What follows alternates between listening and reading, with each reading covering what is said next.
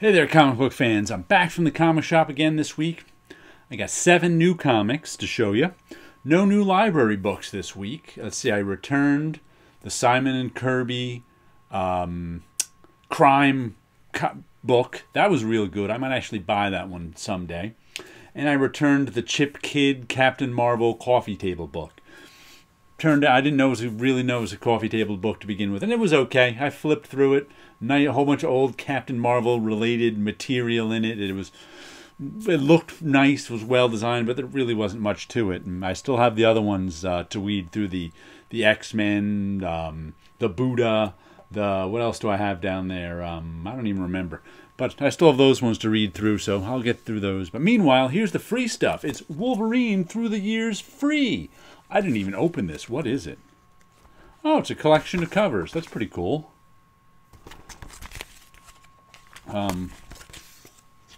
Boy, I was buying this off the stands when it first came out, the Wolverine miniseries, and it was great.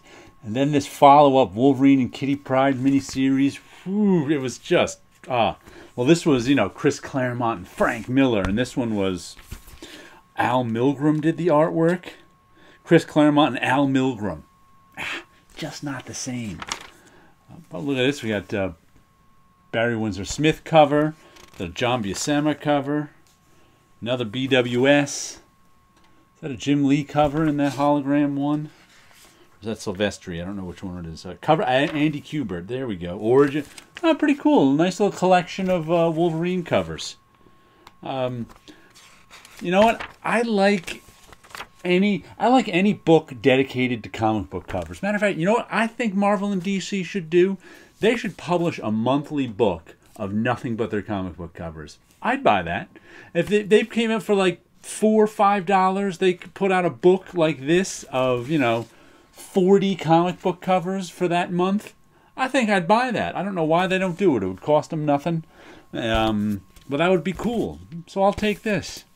Then we've got the comic shop news with the Eth of Nancy Drew. Let's open that up. I bet it's the death of Nancy Drew. It is. Dun dun dun. I'm never going to buy a Nancy Drew comic. My sister has collected all the Nancy Drew books over the years. I don't know if she's gotten new ones in years. But she has all like the old first printings that my mother had. And it looks like a bunch of lists. This looks like one of those list issues where they tell us what's on sale. And you can go through and order whatever you want. And meanwhile, read a little bit about the death of Nancy Drew. All right, let's see what comics we got this week, shall we? Bang #1. I put this on my pull list. It's Matt Kindt and Wilfredo Torres. 4-issue mini. I figured 4 issues. I need some. Last week's Tartarus, I did not like. I've got Tartarus #1. It was like a double-sized issue for $6.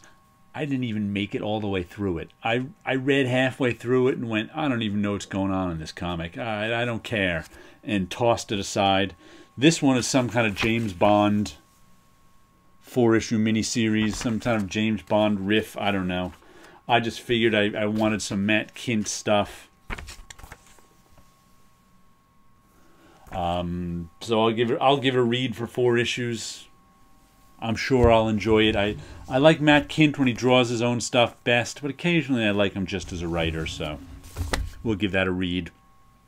And then we've got Sarah and the Royal Stars, #6. I don't know if this is the beginning of a new story arc or the end of it. After a fierce battle to escape the underworld, Sarah abandons her mission in hopes of rescuing her family. But the stars of Draco anticipate Sarah's actions, forcing her to draw on the power she carries, unleashing a force that will forever change her. So I think this is a start of a new story arc. We'll see. Oh, and I also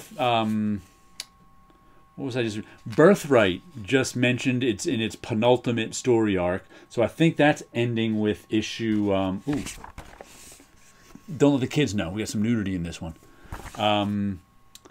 So that Yeah, Birthright's ending with issue 48, so that's going to be ending this year. Outcast is ending with issue 48. That's almost there. I think there's one story arc to go there. More Sarah art. So it's like a lot of my series are ending.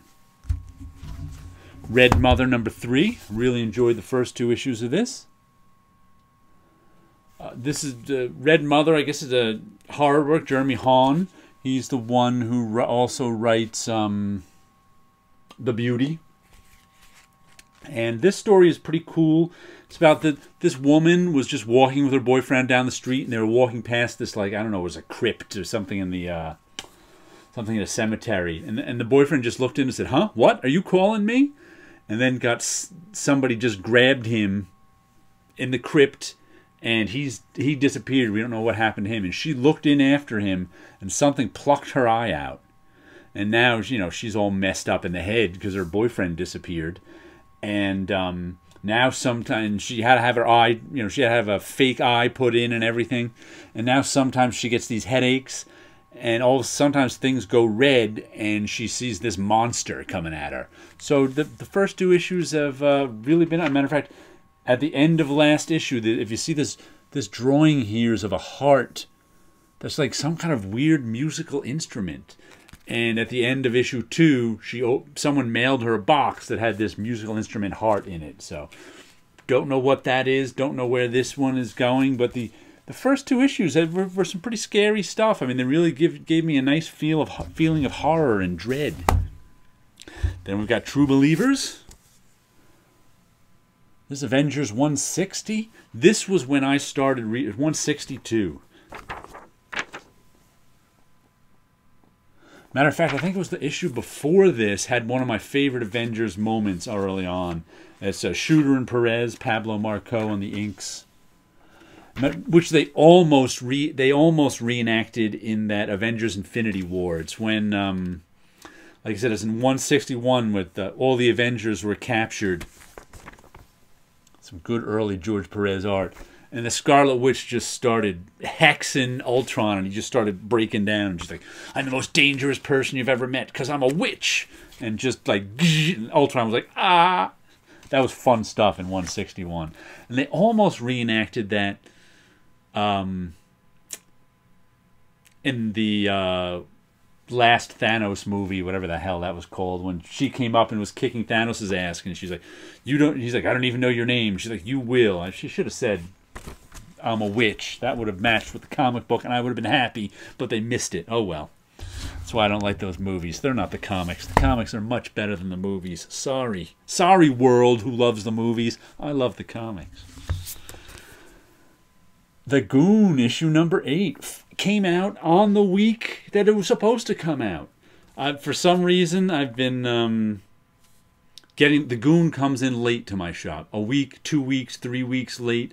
It shows up on my comics that are supposed to be in my shop this week, and it's not there because my comic shop got shorted. But here we go.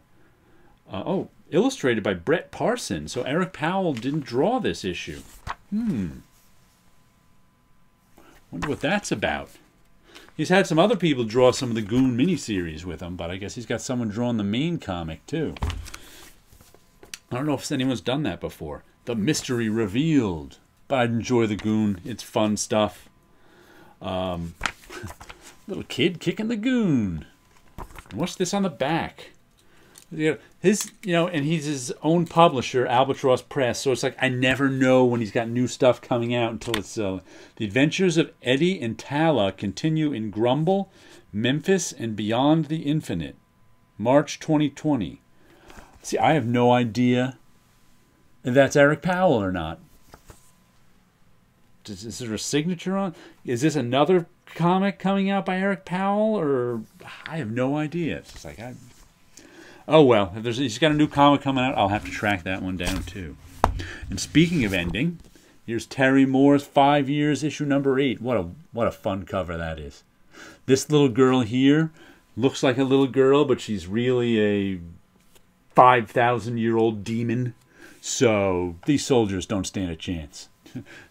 It's 12-year-old girl, nah. 1,000-year-old demon, you're in trouble.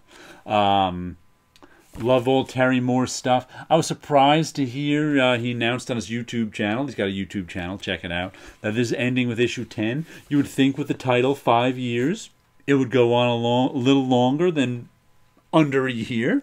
But at least with Terry Moore's stuff ending, you always know the next one will be starting in a couple of months. So, you know, when something like Birthright ends, I'm always like, well, are these two going to do something? I don't know what happens with the creative team. Are they going to do something next? Is it going to be something I'm interested in? Terry Moore's stuff I'm always interested in. So no matter what he does next, I'll be picking it up. So even though this one is ending,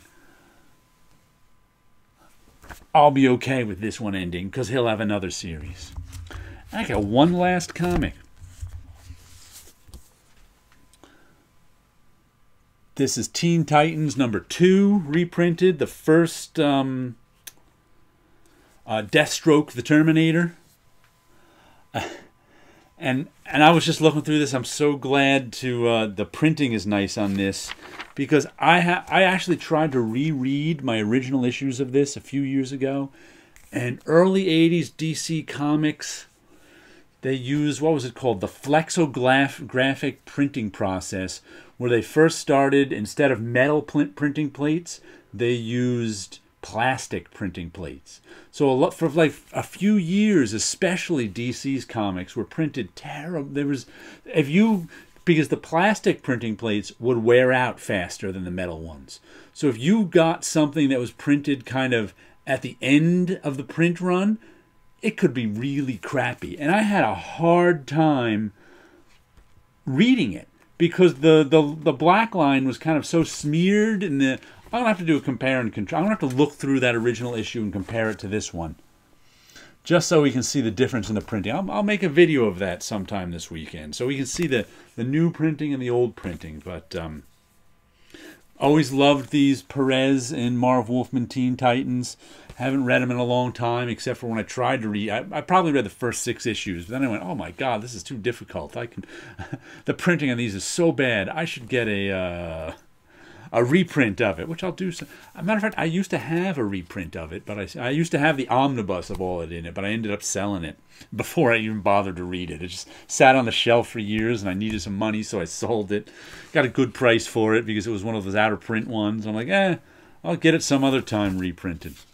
All right, so those are my comics for the week. Let me show you a little artwork. I did another big ink drawing, this time of this... this is kind of a variant. I do this character called Modman. It's kind of a modern art piece. His costume is like a modern art Mondrian-ish design piece that changes all the time. And usually there's color in it, primary colors, but this one is in black and white. So I op-arted his costume out a little more and used all these different textures. Here we go. That's him up close. He's usually just got one big eye, maybe two. Then we got him in this precarious position with all the pointy things coming at him with these strange worlds over here. We got spirals, we got scribbles, we got circles, we got parallel lines, we got jagged parallel lines, we got smooth as silk parallel lines.